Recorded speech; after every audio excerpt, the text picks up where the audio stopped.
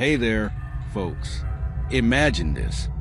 You're driving down a lonely stretch of highway in the middle of nowhere, the kind where the trees crowd like they're whispering secrets, and your headlights barely cut through the fog. Suddenly, your radio crackles with static and a voice, not the DJ's, whispers your name. Sounds impossible, right? But what if I told you it happened to someone just like you, and it led to something far worse? Before we dive into this chilling tale, don't forget to hit that subscribe button on our channel, because we got a ton more terrifying stories lined up that'll keep you up at night. All right, let's get into it. My name's Alex, and I'm just your average guy from a small town in upstate New York. Think places like Beacon or Poughkeepsie, where the winters are brutal and the summers are sticky. I work as a delivery driver for a logistics company, hauling packages across the state. Nothing glamorous, but it pays the bills. This story isn't mine, though. It's from my buddy Mike, who I met back in high school. Mike's the type who'd laugh off ghost stories around a campfire, but after what happened to him last fall, he doesn't laugh much anymore. He told me this over beers at a dive bar in Albany, his hands shaking as he gripped the bottle. I'll try to tell it just like he did, word for word where I can remember, because it feels more real that way. Mike started out by saying, "Alex, you know me. I'm not one for bullshit. I don't believe in Bigfoot or aliens or any of that crap. But this was different. It started simple, man, just a regular night shift. It was around mid-October, the leaves turning that fiery red and orange you see all over the Hudson Valley. Mike was on a late run from Syracuse to Binghamton, taking Route 81 south. The highway's pretty straight there, but at night it's empty. No streetlights, just the occasional semi-truck blasting by. He'd been driving for hours, listening to some classic rock station to stay awake. Hotel California was playing when his phone buzzed. It was a text from an unknown number. Watch the road. He figured it was a wrong number or spam, maybe one of those automated alerts from his carrier. Shrugged it off. But then, about 10 minutes later, another text. Deer ahead. Mike glanced up, and sure enough, a buck darted across the lanes. He swerved just in time, heart pounding. Coincidence, he told himself. Gotta be. He pulled over at the next rest stop, a dingy one near Cortland, with flickering fluorescents and vending machines that looked like they hadn't been restocked since the 90s. He grabbed a coffee, black and bitter, and checked his phone. No signal now, which was weird because that stretch usually has decent coverage. Back on the road, the fog started rolling in thick, like something out of a Stephen King novel. Mike turned at the radio to drown out the silence, but the static was getting worse. That's when the voice cut in, not singing, not the announcer. It was low, gravelly, like an old man who'd smoked too many packs. Mike, it said, clear as day. He slammed the dial to change stations, but followed. Mike, pull over. He laughed it off at first, nerves, tiredness, whatever, but the text kept coming. Exit 12. Blue sedan behind you. He checked his rear view, and yeah, there was a blue car tailing him close. Too close. Mike sped up, but it matched his pace. No plates visible in the dark. His mind raced. Road rage? Cops playing games? He took exit 12 like the text said, leading to some back road toward Whitney Point, a tiny village with more cornfields and people. By then, I was sweating, Mike told me. The air in the cab felt heavy, like someone was breathing down my neck. I kept glancing at the passenger seat, half expecting to see a shadow there. The blue sedan followed him off the exit. Lights off now. Mike's truck wasn't built for speed, but he floored it down the winding road, past abandoned farms and silos that loomed like giants in the mist. The phone buzzed again. Stop at the barn. Up ahead, an old red barn sat off the shoulder, doors creaking in the wind. He didn't stop, hell no, but the sedan pulled alongside, window down. In the dim glow from his dash, Mike saw the driver, a guy in a hoodie, face obscured, just staring. Mike veered away, clipping the sedan's mirror. It spun out into a ditch. He didn't look back, just kept driving until he hit the lights of Whitney Point, pulled into a 24-hour diner. The kind with sticky booths and waitresses named Flo ordered pancakes he couldn't eat, hands trembling as he called the cops. Some psycho tailing me, he reported. The officer on the line sounded bored. Well, check it out, but sounds like a prank. That should have been the end, right? But no. Mike crashed at a motel that night. The budget in cheap sheets and a TV that only got 3 channels. Woke up to a knock at dawn. Through the peephole, no one, but on the doorknob, a note: "You should have stopped." His truck's tires were slashed. Cops came, took statements, but no prints, no cameras. Kids, they said. Mike didn't buy it. He got the tires fixed at a garage in town, run by an old-timer named Earl, who chewed tobacco and spat stories about local legends. Heard of the Whisper Man? Earl asked while patching the rubber. Mike shook his head. Old tale round here. Guy who died in a crash decades ago. Haunts the roads, whispering to drivers till they pull over. Then, poof, gone. Mike laughed it off, but Earl's eyes were dead serious. Ain't no ghost. Folks say it's real. Some nut job copying the legend. Mike hit the road again, but the whispers didn't stop. His radio, his phone, even the CB in the truck. "Mike, come back." He turned everything off, drove in silence. But silence was worse. The hum of the engine sounded like breathing. He started noticing things. Shadows in the woods had moved too slow, eyes reflecting in his high beams that weren't deer. Back home in Beacon, he thought it'd end. Locked doors drew curtains. But that night, a call from a block number. Picked up, heard breathing. Then I'm outside. Mike peeked through the blinds. Nothing, but his car alarm blared. Rushed out, found scratches on the hood. Stopped running. He told his girlfriend, Sarah, about it. She's a nurse at the hospital in Poughkeepsie. Practical type. Stress babe. See a doc. But she saw the fear in his eyes. They stayed up talking, lights on. Around 2 a.m., the power cut. Blackout? No, neighbors' lights were fine. In the dark, Mike heard footsteps upstairs, in their one-story ranch house. Impossible, he whispered. Sarah grabbed a flashlight. They checked every room. Empty, but in the bedroom mirror, fog breath like someone had exhaled on it. A finger traced. Closer. That's when Mike broke. Called me the next day, voice cracking. Alex, it's following me. Whatever it is. I drove over. We sat in his kitchen with coffee going cold. He showed me the texts. Hundreds now. From different numbers. Coordinates, times, names of people he knew.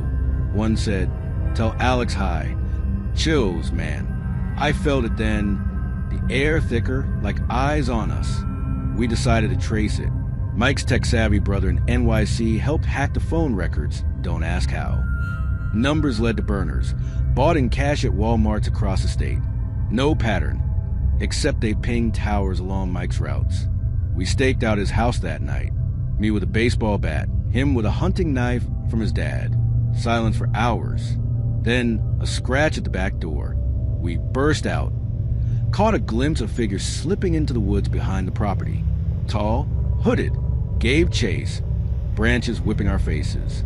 Lost him in the dark. But on the ground, a wallet. Inside, Mike's ID photo, but not his wallet. A fake, with his face on a stranger's name. John Doe. Cops again. This time, they took it serious. Detective Ramirez from the Beacon PD. Tough lady with a no-nonsense vibe. Stalker, she said. We'll set up surveillance. But Mike couldn't wait. He dug online. Forums like Reddit or /Let's Not Meet. Stories of road whispers. Turns out it's a thing. Drivers getting targeted by a network of creeps who hack radios, spoof texts. Urban legend or real? Mike obsessed. Quit his job. Hold up. Sarah left. Too scared. One night, alone, he heard it. Whispering from the vents. Mike opened the door. He barricaded. Called 911. Cops found the house empty, but basement window jimmied. Then the twist. Mike got an email, video attachment. Opened it, grainy footage from a dash cam. His truck, that night on Route 81. But from the blue sedan's view, it showed Mike swerving, then the sedan crashing. Driver ejected, neck snapped, face clear, looked just like Mike. What the hell? Mike stammered when he showed me. That's not possible. We watched again. The driver was his doppelganger. Same build, same beard, but dead. Detective Ramirez called. We found the car in the ditch. Body inside. ID says Michael Thompson. Your name, your address. But it's not you. Turns out, it was identity theft on steroids. Some psycho had stolen Mike's life. Plastic surgery to match his face. Stalked his routes. Whispered to drive him mad. Why? The dead guy's journal. Obsession with becoming others. Erasing them. He targeted Mike after seeing him at a truck stop months back. Mike's safe now, but he checks mirrors constantly. It's over, he says. But last week, I got a text. Tell Mike hi. Unknown number. And that's the story, folks. Sleep tight if you can. Wait, that's just a start. Mike didn't stop there when he told me. He went on for hours, detailing every little thing. Let me fill in the gaps to make it feel like you're right there with us in that bar. The neon buzzing overhead. The jukebox playing some sad country tune. Mike leaned in closer, his eyes darting to the door like he expected someone to walk in. It wasn't just a road, Alex. It started earlier, I think. Remember that vacation Sarah and I took to the Adirondacks last summer? Lake Placid area. Beautiful, right? We rented a cabin, one of those rustic ones with no Wi-Fi, just nature. First night we heard scratching outside. Thought it was a bear or raccoon. But in the morning, footprints, human-sized, circling the porch. He paused, sipping his beer. Sarah laughed it off, said it was hikers. But I found a note tucked into the doormat. Welcome home. Weird, but we ignored it. Hiked the trails, saw the Olympic sights. That night, more scratching. I grabbed a flashlight, went out. Nothing. But the car had a dent, like someone punched it. Back in Beacon. Things were normal for a bit. Then the mail, letters with no return address.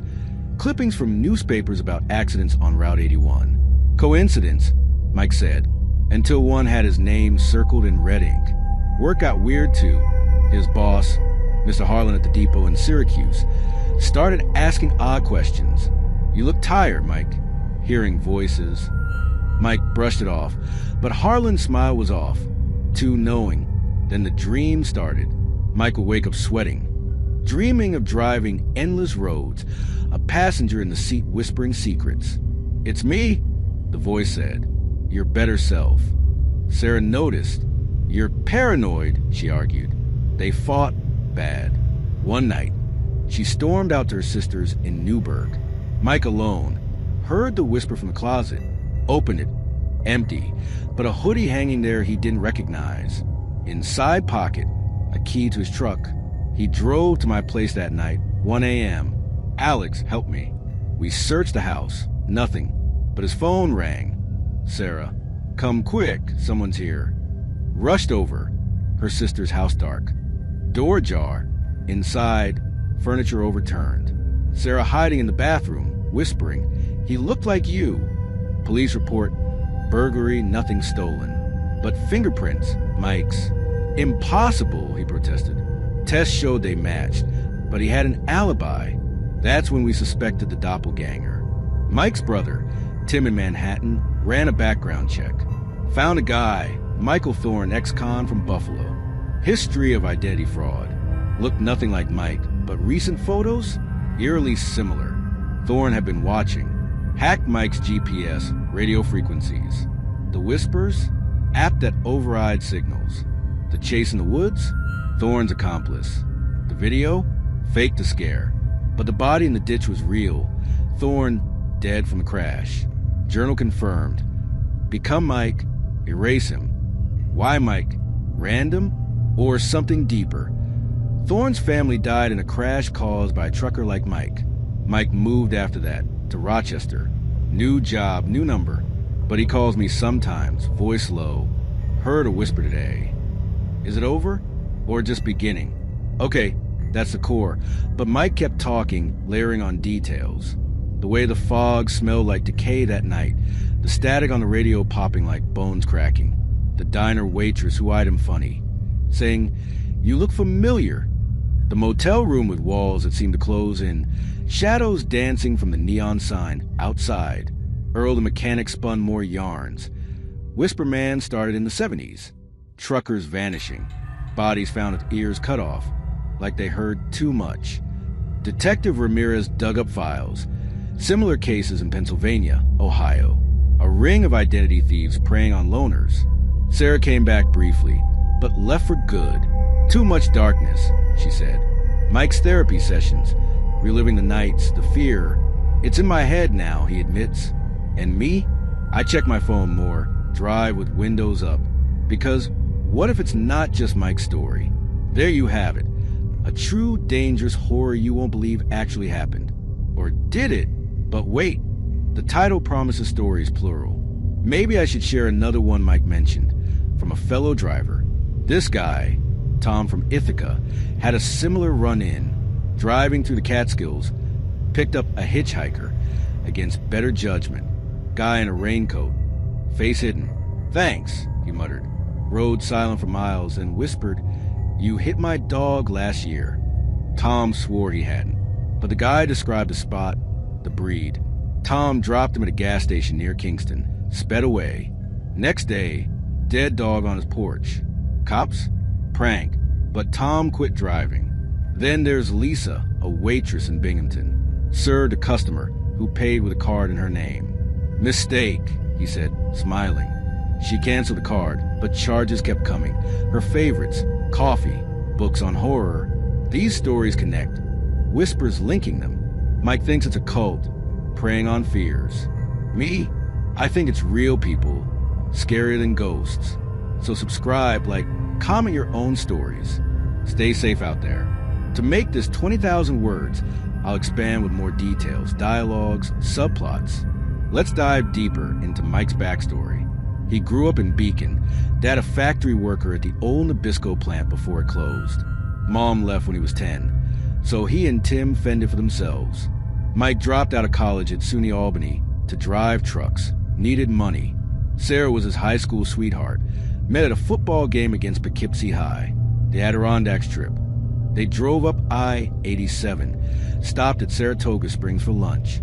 Cabin was on Mirror Lake, view of the mountains. First day, kayaking, laughing. Night one, scratching. Mike went out, saw eyes in the bushes, raccoon he thought. Note, welcome home in block letters. Second day, hiked Whiteface Mountain. Sarah twisted her ankle, so early return. That night, more scratching. Mike yelled, "Get lost." Silence. Back home, mail started. First letter, photo of their cabin. Nice place. Mike showed Sarah. Vacation spam, she said. Work. Depot in Syracuse, boss Harlan. Ex-military, strict. Keep your head on, Thompson, he'd say. The night of the incident, Mike loaded packages. Amazon stuff, mostly. Left at 8 p.m. Radio on 105.7. Classic rock. Stairway to Heaven, playing when first text came. Watch the road. He texted back, "Who is this?" No reply. Then deer ahead. Swerve. Horns blaring. Rest stop. Coffee from machine, taste of metallic. Phone no signal. AT&T usually good. Back on road. Fog thick as soup. Radio static. Voice. Mike. He switched to AM news. Voice followed. Pull over. Text. Exit 12. Blue sedan. Sedan. Old Ford, rusty. Tail close. High beams flashing. Exit 12. To Whitney Point Road narrow potholed. Floored truck groaning. Sedan alongside. Driver hooded. Gloved hand waving. Swerve. Crash. Mike kept going. Heart in throat. Diner. Neon open. Sign flickering. Booth vinyl cracked. Waitress Betty. Rough night. Ordered pancakes. Syrup sticky. Called cops. Road rage.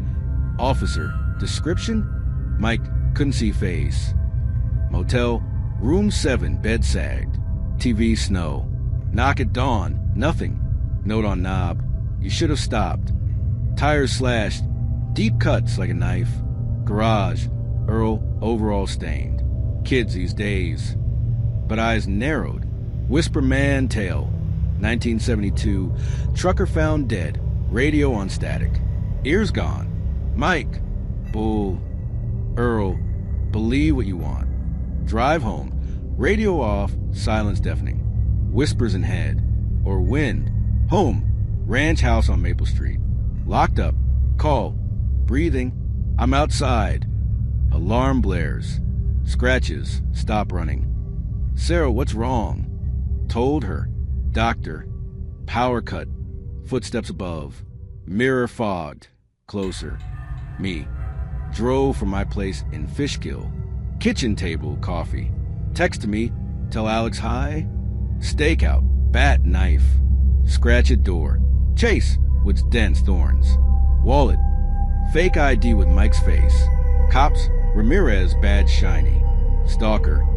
Online dig. Our slash let's not meet threads. Road whisperer. Post from Ohio, PA. Email. Video. Dash cam. Crash body. Mike's face. Body found. Thorn journal. Become Mike. His life better. Erase original. Autopsy. Plastic surgery scars. Mike's relief, but paranoia lingers. Expansion. Thorn's backstory. Born in Buffalo. Parents killed in truck accident. Driver like Mike. Thorn blamed truckers. Stole identities to replace them. Accomplice. Sister still out there? Mike's moved to Rochester. New apartment, Lake Ontario view. But whispers and waves. My own scare. Text last week. Deleted it. Other stories. Tom, hitchhiker detail. Raincoat dripping, smell of wet earth.